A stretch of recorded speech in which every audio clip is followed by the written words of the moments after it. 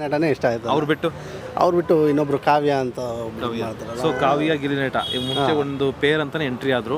So ಇವಾಗ ಅಣ್ಣ ತಂಗಿನ ಬಿಡ್ತಾರೆ ಅಂದ್ರೆ ಮೀನ್ಸ್ ಕಾವ್ಯ ಒಂದು ಅಣ್ಣ ಅಂತವ್ರೆ. ಸೊ ಹಿಂಗೆ ಅನ್ಸುತ್ತೆ ಸರ್, ಅದು ಬಿಗ್ ಬಾಸ್ ಅನ್ನೋದು ಒಂದು ಎಂಟರ್ಟೈನ್ಮೆಂಟ್ ಚಾನಲ್.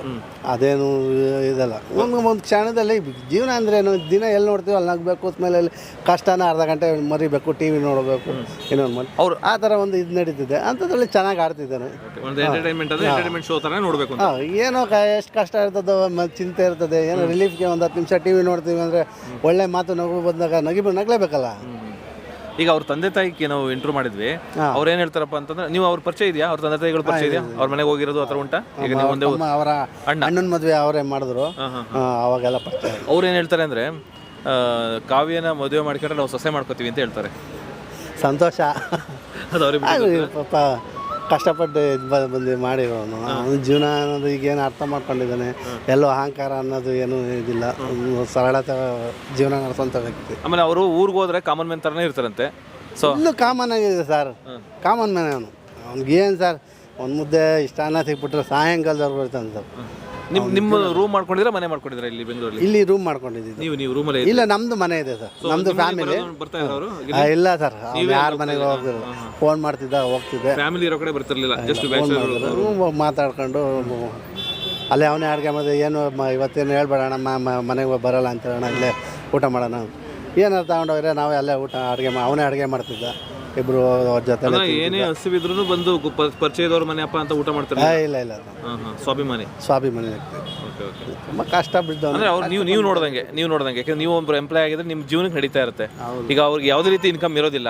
ಸೊ ಅಂಥವ್ರಿಗೆ ಒಂದು ಹೊತ್ತು ಊಟಕ್ಕೂ ಕಷ್ಟಪಟ್ಟಂಥ ದಿನಗಳೇನೋ ನೀವು ಕಣ್ಣಿಂದ ನೋಡಿದ್ರಾ? ಹೌದು ಸರ್, ಅವ್ನು ಮೊದಲೇ ಸ್ವಾಭಿಮಾನಿ, ಯಾರ ಹತ್ರನೂ ಹೇಳ್ಕೊಳಲ್ಲ ನಾನು ಹೊಟ್ಟೆ ಹಸಿತಿದೆ ಇದೊಂದಲ್ಲ. ಇದ್ದರೆ ಮನೇಲಿ ತಿಂತಾನೆ. ಬೇಕಾದ್ರೆ ಒಂದೇ ದಿನ ಒಂದು ಅಡುಗೆ ಮಾಡಿದರೆ ಅದನ್ನು 3 ದಿನ ತಿಂತಾನೆ. ಯಾರ ಹತ್ರ ಹೋಗಿ ಇವತ್ತು ನನಗೆ ಹೊಟ್ಟೆ ಹಸಿವು, ನನಗೊಂದು ಒಂದು ಟೈಮ್ ಊಟ ಕೊಡಿದ್ರೆ ಇನ್ನೊಬ್ರ ಹತ್ರ ಮಾತ್ರ ಬಿಡೋಣ, ಆ ರೀತಿ ಏನು ಅಂಥ ವ್ಯಕ್ತಿ ಅಲ್ಲ.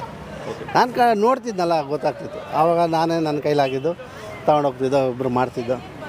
ಈಗ ಬಿಗ್ ಬಾಸ್ ವಿಚಾರಕ್ಕೆ ಬಂದರೆ, ಸೊ ಬಿಗ್ ಬಾಸ್ ಅಲ್ಲಿ ಯಾರಿಗೆ ಫೈನಲ್ ಆಗ್ಬೋದು ಅಂತ ಅನ್ಸುತ್ತೆ? ನೋಡ್ತಾ ಇದ್ರೆ ಬಿಗ್ ಬಾಸ್ ನೋಡ್ತಿದ್ದೀನಿ, ಕಂಟಿನ್ಯೂಸ್ ನೋಡ್ತಾ ಇದ್ದಾರೆ. ಸೊ ಯಾರು ಫೈನಲ್ ಆಗ್ಬೋದು ಅನ್ಸುತ್ತೆ? ಫೈನಲಿ ಆಲ್ಮೋಸ್ಟ್ ಗಿಲ್ಲಿ ನಟನೆ ಆಗ್ತಾನೆ ಅನ್ನೋದು ನಮ್ಮ ಅಭಿಪ್ರಾಯ. ನಿಮ್ಮ ಅಭಿಪ್ರಾಯ? ಅಟ್ಲೀಸ್ಟ್ ಅವ್ರ ಪಕ್ಕದಲ್ಲಿ ಯಾರು ನಿಂತ್ಕೋತಾರೆ ಅಂದರೆ ಇಬ್ಬರು ಸ್ಟೇಜ್ ಮೇಲೆ? ಅಶ್ವಿನಿ ಗೌಡ ಅವರು ಇದ್ದಾರೆ, ಅವರು ಹೋರಾಟಗಾರರು, ಕನ್ನಡ ಹೋರಾಟಗಾರರು. ಅವರು ಬ್ರಿಲಿಯಂಟ್ ಇದ್ದಾರೆ. ಅವ್ರಿಗೂ ಅಲ್ಲಿ ಮಾಮೂಲಿ ನಡೀತಿದೆ. ನಾನು ನೋಡಿರೋನು ಬೆಳೆದ್ರೆ ತುಂಬಾ ಚಂದ. ಗೆಲ್ಲಿ ಅಂತ ಬಿಗ್ ಬಾಸ್ ಅಲ್ಲಿ ಗೆಲ್ಲಿ ನಟ ಗೆಲ್ಲಿ ಅಂತ ಆಶಿಸ್ತೀನಿ.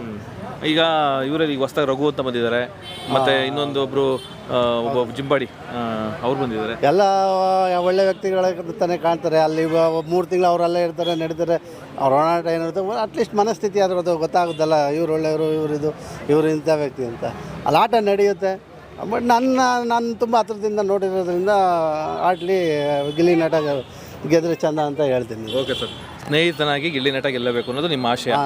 ಓಕೆ, ಗೆಲ್ತಾರೆ ಅಂತ ಅನ್ಸುತ್ತಲ್ವಾ? ಅನ್ಸುತ್ತೆ. ಆಲ್ ದ ಬೆಸ್ಟ್ ಹೇಳ್ಬಿಡಿ. Wish you all the best Gilli.